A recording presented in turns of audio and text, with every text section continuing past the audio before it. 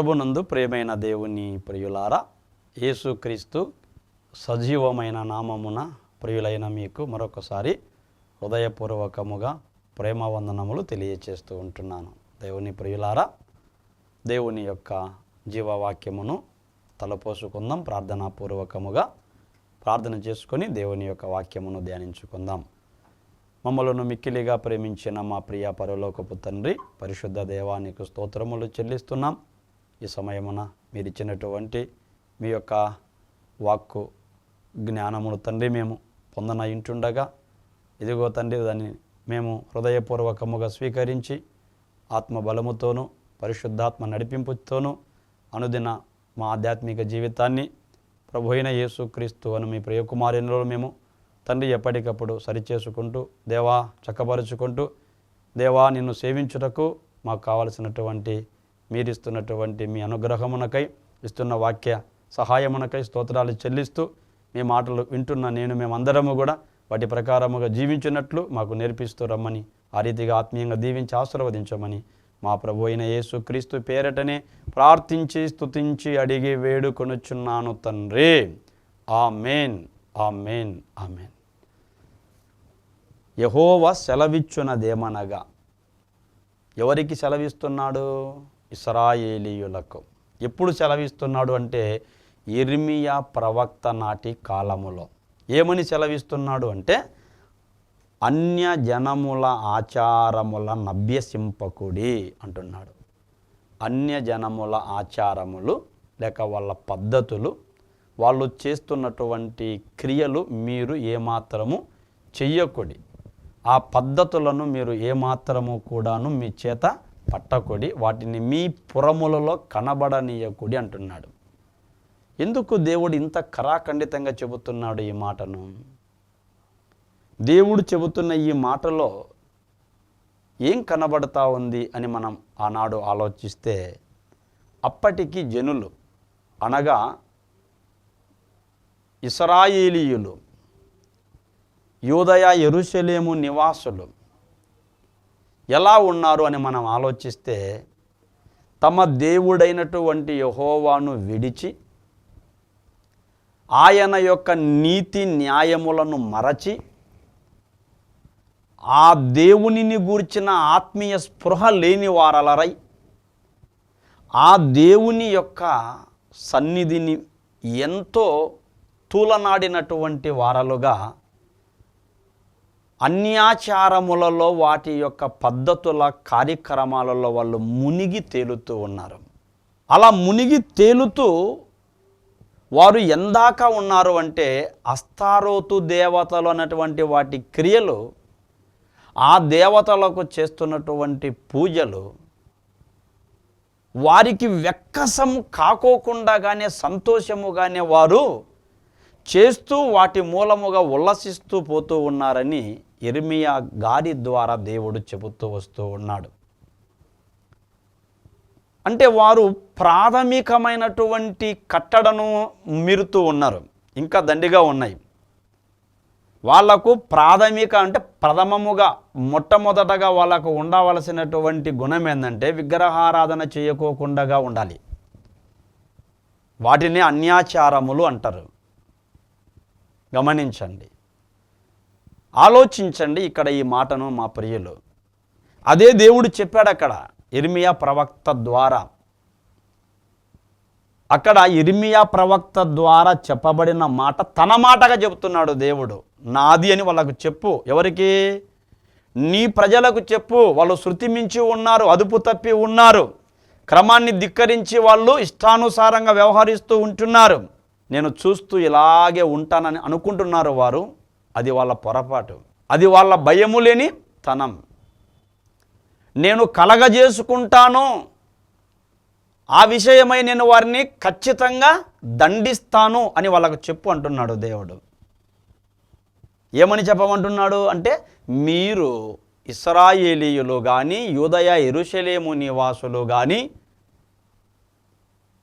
వారి చుట్టుపక్కల ఉంటున్నటువంటి అబ్రహాము సంతానము ఎవరైనా కావచ్చు, మీరు అన్యజనముల ఆచారములను ఏమాత్రము నేర్చుకోవాకండి. ఒక్కటి కూడా ఇది ఎట్ట చేయాలా, ఇది యాడ చేయాలా అని దాన్ని గురించినటువంటి ఆలోచన కూడా మీరు అడగద్దు. అది నేర్చుకునేదానికి అడుగు ముందుకు పడుతుంది, దాని మీద ఇష్టం పుడుతుంది. అదంటే మీకు ఏందో ఇది ఒక కొత్తదే, ఇదేందో బాగుంటుందేమో అన్నటువంటి ఆ ఊహ మీలో మిమ్మల్ని రేకెత్తిస్తుందన్నమాట తప్పు చేసేదానికి.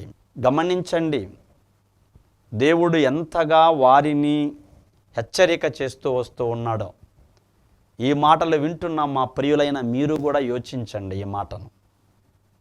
దేవుడు చెబుతున్న మాటల్లో ఎంత కట్టుదిట్టమైనటువంటి, ఎంత తను వారిని ఖండిస్తున్నటువంటి ఆ విధానం మనం ఇక్కడ చూడాలి.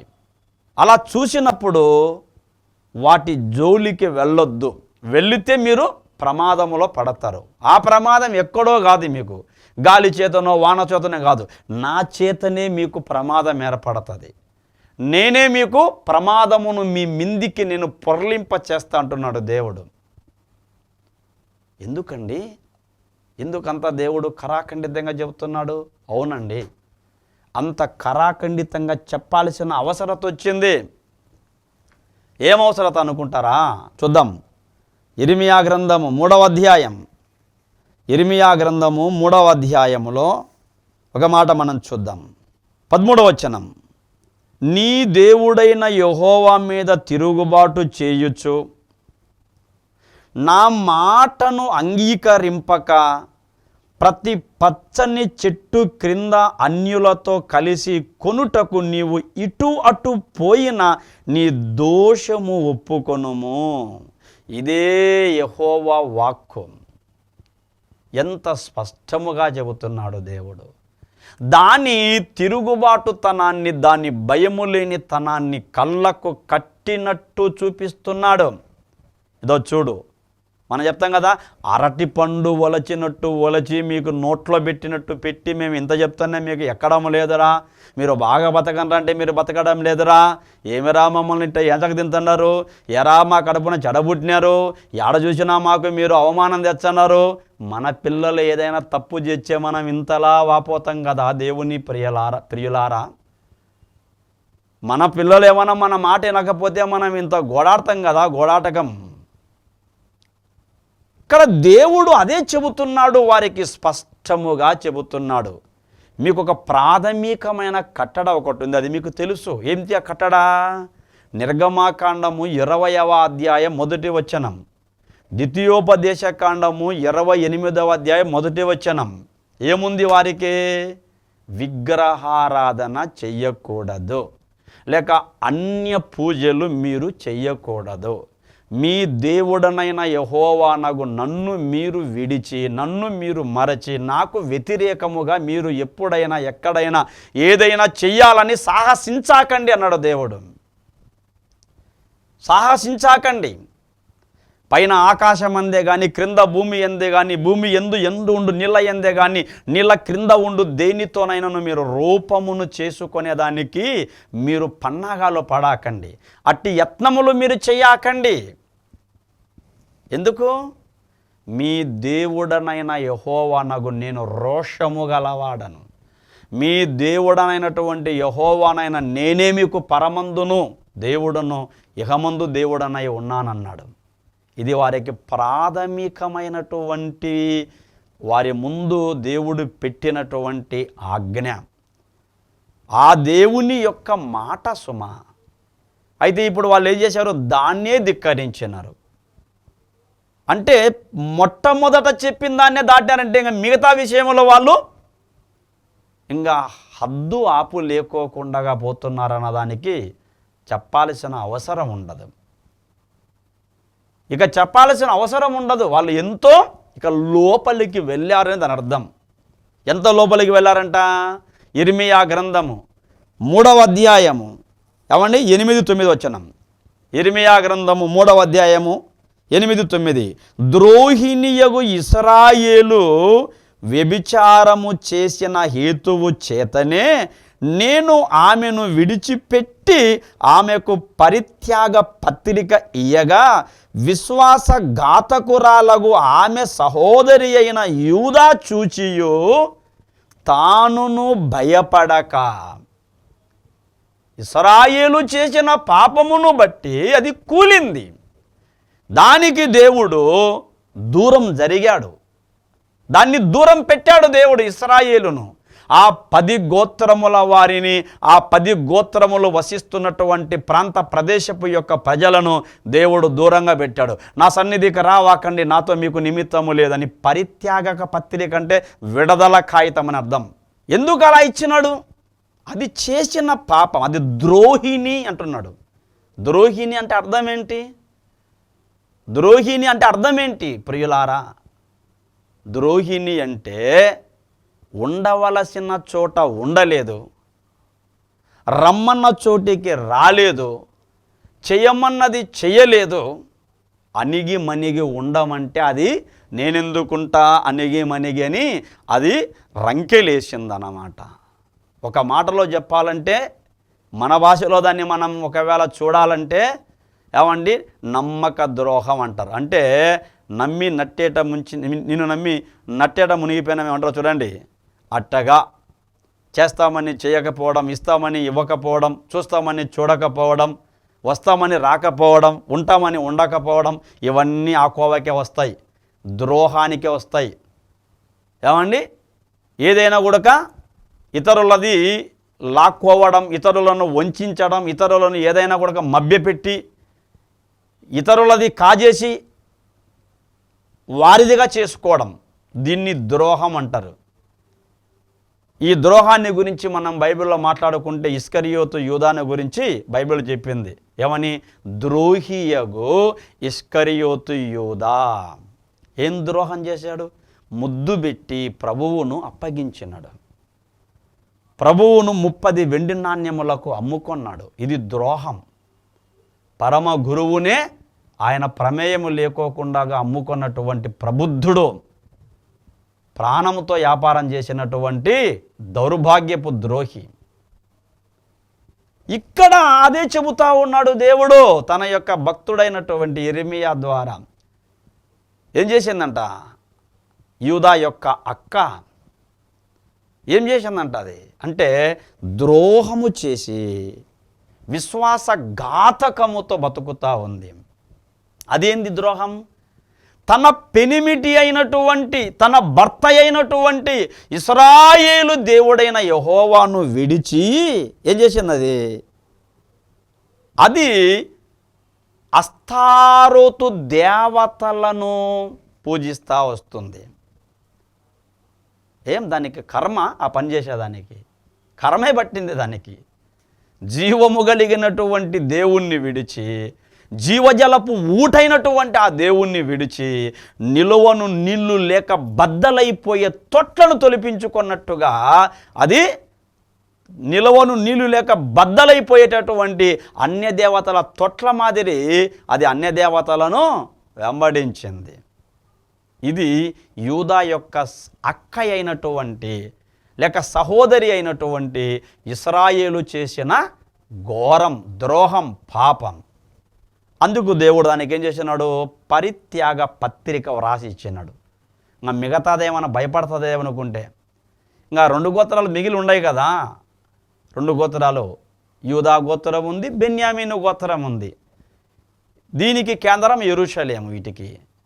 వీటికి కేంద్రం యెరూషలేం. అక్కడ ఏమైనా వీళ్ళు బాగున్నారా అంటే, అక్కడ ఏమైనా వాళ్ళని చూద్దామని దేవుడు అలా చూస్తే వాళ్ళు ఎలా ఉన్నారంటే, అక్కడ కింద చూస్తే కనుక మనము ఏమండి 10వ వచనం, ఇదిగో ఇంతగా జరిగిన అంటే ఇంత ఘోరమైనటువంటి పరిస్థితి అక్కడ జరుగుతూ వచ్చిన విశ్వాసఘాతకురాలగు ఆమె సహోదరి అయిన యూదా పైవేషమునకే గాని తన హృదయముతో నా యొద్దకు తిరుగుట లేదని యెహోవా సెలవిచ్చుచూ ఉన్నాడు.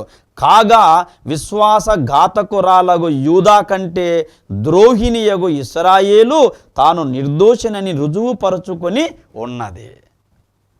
ఇద్దరు పోటీ పడినారంట. నువ్వు తక్కువ అంటే నువ్వు తక్కువ, నువ్వు ఎక్కువ నేను ఎక్కువ అన్నట్టు. ఏదానికి? పాపము చేసేదానికి. ఇంతకు ఏందండి వీళ్ళు చేసిన పాపము? వాళ్ళు చేసిన ద్రోహం ఏందనుకుంటున్నామా మనం? ఏంటంటే దేవుడు చెప్తున్నాడు 9వ వచనంలో, ఏమండి, ఇర్మియా గ్రంథము 3వ అధ్యాయము 9వ వచనం చెప్తున్నాడు చూడండి. రాళ్లతోనూ మొద్దులతోనూ వ్యభిచారము చేసెను. ఇద్దరు కలిసి రాళ్లతోనూ మొద్దులతోనూ, మొద్దులంటే చెక్కలు, చెక్కినటువంటి చెక్కడపు యొక్క విగ్రహములు, రాళ్లతోనూ మొద్దులతోనూ, చెట్లతోనూ, చెట్ల కింద పచ్చి గడ్డి పరకతోనూ పాపానికి ఇవన్నీ ఉపయోగిస్తూ వచ్చినారు అంటున్నాడు దేవుడు అక్కడ. ఎంత దేవుని యొక్క బాధ, దేవుని యొక్క బాధ ఎంతగా ఇక్కడ వ్యక్తమవుతా వస్తుంది దేవుని ప్రియులారా. దేవుడు అందుకే చెబుతున్నాడు, అన్యాచారములను అభ్యసింపకుడి. ఎందుకు తెలుసునా? వారికి దేవుని విషయములో భయం ఉండదు. వారు దేవుని సంబంధమైనటువంటి భక్తి భావాలతో ఉండేటటువంటి వారలరు కారు. అనాది కాలములో నుంచి వారికి ఒక క్రమము, ఒక నియమము లేదు అంటున్నాడు దేవుడు. దేవుని ప్రియులారా, కనుకనే వారి యొక్క ద్రోహపు చర్యలు, వారి యొక్క తిరుగుబాటు కార్యములు స్పష్టమే. వాటిలో మీరెందుకు పాలిభాగస్తులవుతారు? వాటిని మీరెందుకు చేతబట్టి వాటిని మీరు కొనసాగించేదానికి ఇష్టపడుతూ ఉన్నారు? అది వద్దు. ఇర్మియా వారితో నువ్వు చెప్పు అంటున్నాడు దేవుడు. ఇర్మియా నువ్వు వారితో చెప్పు. ఎందుకు చెప్పాలంట అంటే, నువ్వు వారికి చెప్పవలసినటువంటి బాధ్యత నీకుంది. వారు వింటారనేటువంటి ఆశ నాకు కూడా కొద్దో గొప్ప ఉంది. కాబట్టి నువ్వు చెప్పు వాళ్ళకి. ఏమని చెప్పాలి ప్రభువా? ఇదో నేను చెప్పిందే చెప్పు. నువ్వు చెప్పింది ఏంది ప్రభువా? ఇదో ఇర్మియా గ్రంథము 10వ అధ్యాయం 2వ వచనం, అన్య జనముల ఆచారములను అభ్యసింపకుడి. వాటిని నేర్చుకోవాకండి. వాటిని మీరు నేర్చుకోవాకండి.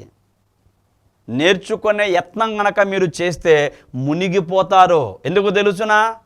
మీ పితరుల నాటి కాలములో వాళ్ళు సీను పారాను అరణ్యము గుండగా వాళ్ళు ప్రయాణం చేస్తున్నప్పుడు ఆనాడు మీ పితరులు ఇలాంటిదే అభ్యసించినారు, ఈ సాహసమే చేసినారు.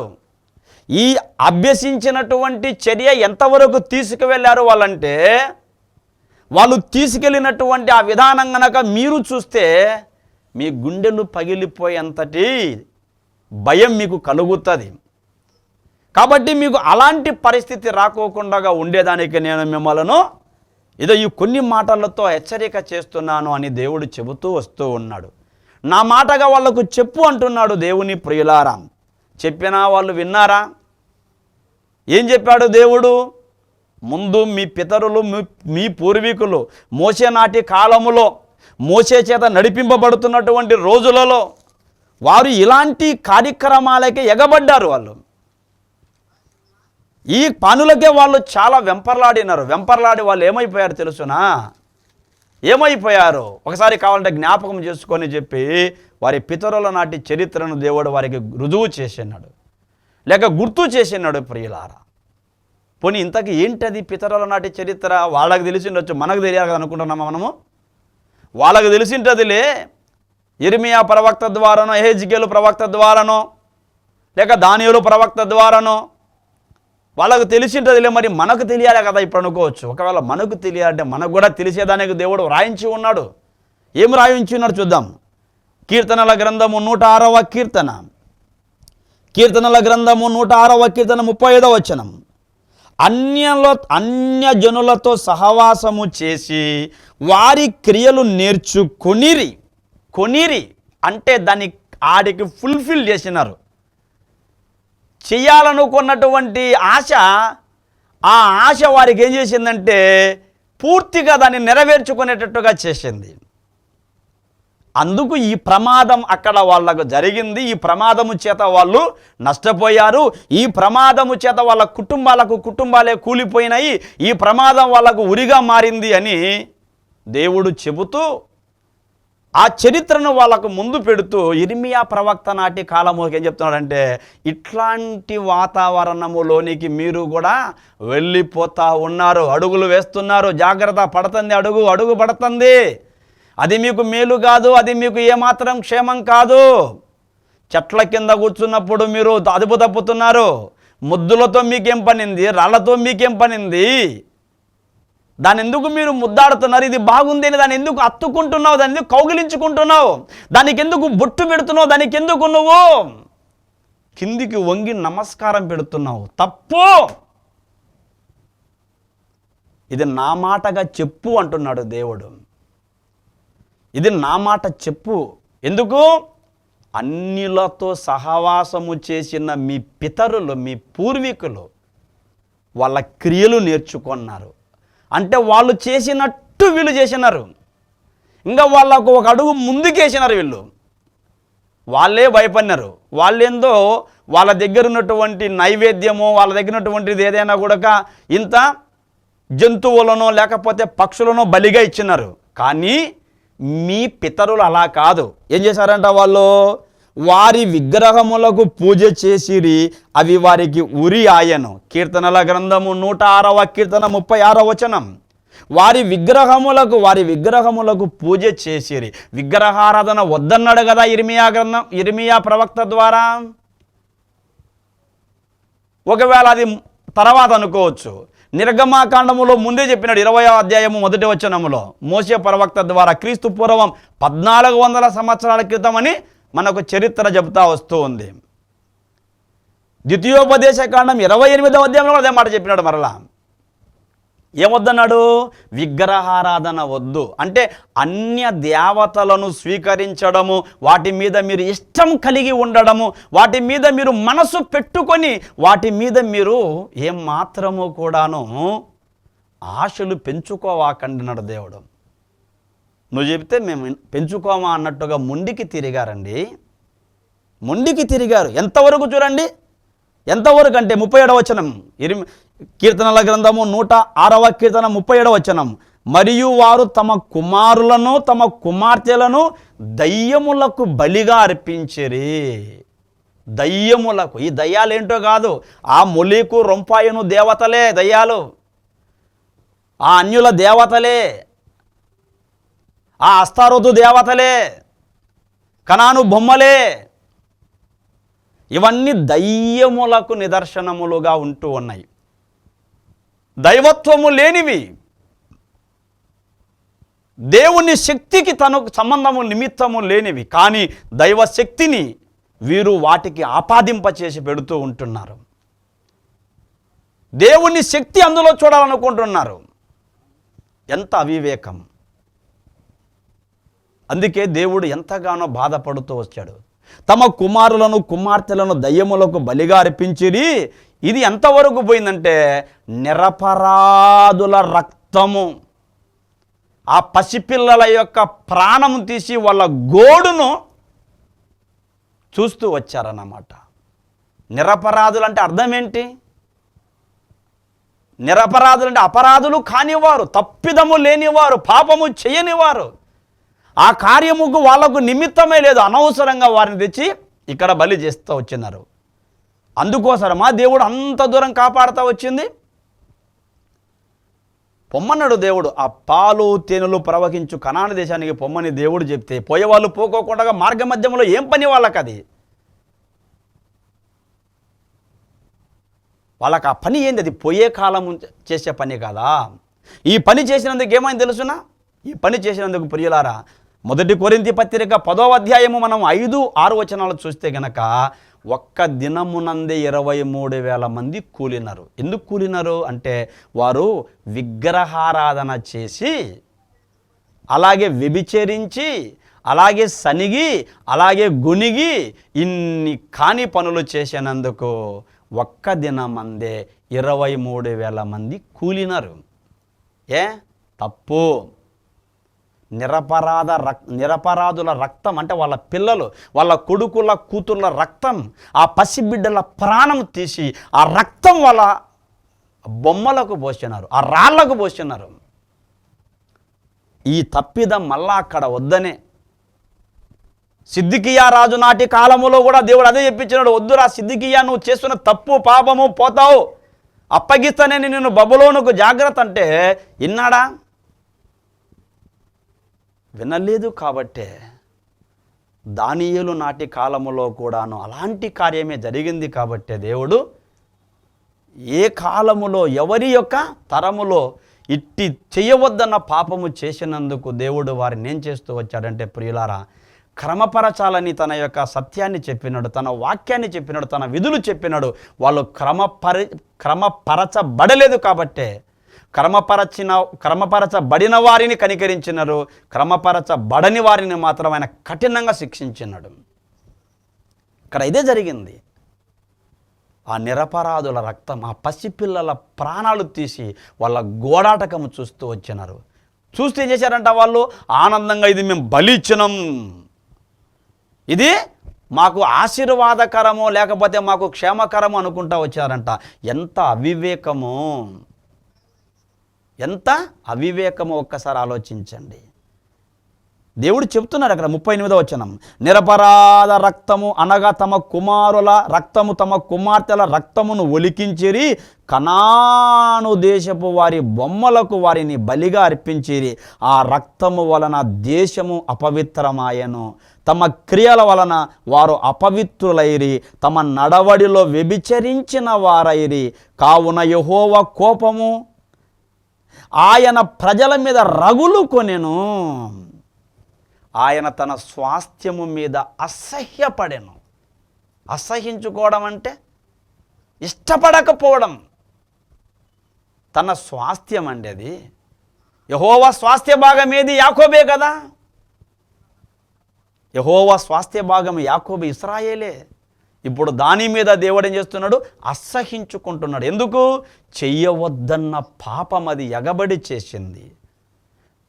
ఏమండి, మొద్దుతోనూ రాయితోనూ పచ్చని ప్రతి చెట్టు క్రిందనో ఏం చేసిందంట? అది చెయ్యకూడని పని చేసింది. తన దేవుడైన యెహోవాను విడిచి మరచి, ఏమండి, దేవుని ఆలయం ఒకటి ఉంది, అక్కడ బలులు అర్పించాల్సినటువంటి నియామక కూడికలు ఉన్నాయి. కానీ అవన్నీ విడిచి, అవన్నీ మరచి, అవన్నీ పూర్తిగా నిర్వీర్యము చేసి ఎక్కడికో పోయారు. ఎక్కడికో వాళ్ళు వెళ్ళిపోయారు. దానిని బట్టి వాళ్ళు ఏమైపోయారు తెలుసునా ప్రియులారా? దాన్ని బట్టి వాళ్ళు ఏమైపోయారంటే, వాక్యం చెబుతూ వచ్చింది, లేఖనం అంటా ఉంది, గ్రంథం చెబుతూ వచ్చింది ప్రియులారా. ఇక్కడ మనము 107వ కీర్తన, ఏమండి 107వ కీర్తన చూస్తే 28వ వచనం చూద్దాం. 107వ కీర్తన 28వ వచనం, శ్రమకు తాళలేక వారు యెహోవాకు మొర్రపెట్టిరి. చేసిన పాపం శ్రమల పాలు చేసింది. ఆ శ్రమలకు తాళలేకపోయారు. గొడోని గోడాటకం. దేవుణ్ణి విడిచి మరచి తిరగడం అంటే ఆట కాదు సుమా. ఈ సాహసం ఎవరు చేయకూడదు. ఆనాడే ఇలా ఉంటే మరి ఈనాడు, ఏమంటే ఈనాడు ఎలా ఉండాలి? అది ఛాయ, ఇది నిజ రూపం, అది నీడ, ఇది ముఖాముఖి. ధర్మశాస్త్రము క్రింద ఉన్నవారు ఛాయ, నీడ. యేసుక్రీస్తు నందు ఉన్నవాళ్ళు నిజరూపం, ముఖాముఖి. వాళ్ళు విగ్రహారాధన చేసింటేనే, వాళ్ళు నిరపరాధుల రక్తం ఒలగబోసింటేనే దేవుడు ఇంత కఠినంగా వారికి శిక్ష విధిస్తే, ఈ రోజులలో, ఈ కృపాకాలములో, ఈ క్రీస్తు యేసు యొక్క రక్తము చేత కడగబడిన క్రొత్త నిబంధన కాలములో ఈ క్రైస్తవ లోకములో ఇట్టి ఆచారములు ఏమైనా కూడా ఉండొచ్చునా? ఇట్టి కార్యములు ఏమైనా ఎవరైనా ఎక్కడైనా సాహసించి ఇట్టి కార్యములకు ఎవరైనా తెర లేపొచ్చునా? వద్దు అన్నాడు దేవుడు. వద్దు అన్నాడు దేవుడు. వద్దు అన్నా విన్నారా? వింటున్నారా? దయచేసి గమనించండి. దేవుడు వద్దన్న దానికి దూరముగా ఉండడం మనకు ఉత్తమం. మన నిత్య జీవానికి వెళ్ళే ప్రయాణం భంగం కాకోకుండా అది క్షేమముగా ఉంటుంది. అట్టగాదు ఇట్ట అని ఒకవేళ ఎవరైనా తిరస్కరించితే చూచాములే ఏమవుతుందని ఒకవేళ ఎవరైనా రొమ్ము ఇరిస్తే దాని యొక్క పర్యావసనము, దాని యొక్క చివరి అంకం ఎలా ఉంటుంది అంటే దేవుని చేతిలో పడి దేవుని యొక్క ఉగ్రతకు బలి పరలోకం కోల్పోవడం, పాతాళానికి త్రోసివేయబడడం జరుగుతుంది. ఇదే జరిగేది చివరకు. ఆ పరిస్థితి రాకూడదనే ఏం చెబుతున్నాడు అక్కడ ఒక మాట మనం జ్ఞాపకం చేసుకొని ప్రార్థన చేసుకుందాం. ఎఫెసీ పత్రిక 4వ అధ్యాయము దైవ గ్రంథాన్ని చూద్దాం. ప్రభు ఆత్మ ద్వారా భక్తులు అపోస్తలులు కావచ్చు, లేకపోతే ప్రారంభ క్రైస్తవ సంఘములోని సంఘ పెద్దలు కావచ్చు, ఏం చెబుతూ వస్తున్నారు క్రైస్తవ లోకానికి అని మనం ఆలోచిస్తే ఒక మాట చూద్దామండి. ఎఫెసీ పత్రిక 4వ అధ్యాయము ప్రియులారా 30వ వచనం, దేవుని పరిశుద్ధాత్మను దుఃఖపరచకుడి, విమోచన దినము వరకు ఆయన యందు మీరు ముద్రింపబడి ఉన్నారు. సమస్తమైన ద్వేషము, కోపము, క్రోధము, అల్లరి, దూషణ, సకల విధములైన దుష్టత్వమును మీరు విసర్జించుడి. సకల విధములైన దుష్టత్వం, ఇందులో భయంకరమైనటువంటి పాపపు తత్వం ఉంది. దాన్ని మీరు విసర్జించండి. ఎందుకు? ఈ దుష్టత్వములోనే అన్యాచారములు ఉన్నాయి. ఈ దుష్టత్వములోనే అన్యజనుల యొక్క కార్యక్రమాలు దాంట్లో అమర్చబడి ఉన్నాయి. కాబట్టి వాటి జోలికి మీరు వెళ్ళకూడదు. వాటి ప్రకారముగా మీరు ఏమాత్రము చేయుటకు ముందుకు సాగకూడి అంటా ఉంటున్నాడు దేవుడు. కాబట్టి ఒక్కసారి ఆలోచించండి. ఈ పరిస్థితులకు లోను కాకోకుండా మనము ఉండుటకు చాలా చాలా చాలా దేవుడు మనకిస్తున్నటువంటి ఉన్నతమైన ఉపదేశమని యేసుక్రీస్తు పేరట ప్రియులకు మనవి చేస్తూ ఉన్నాను.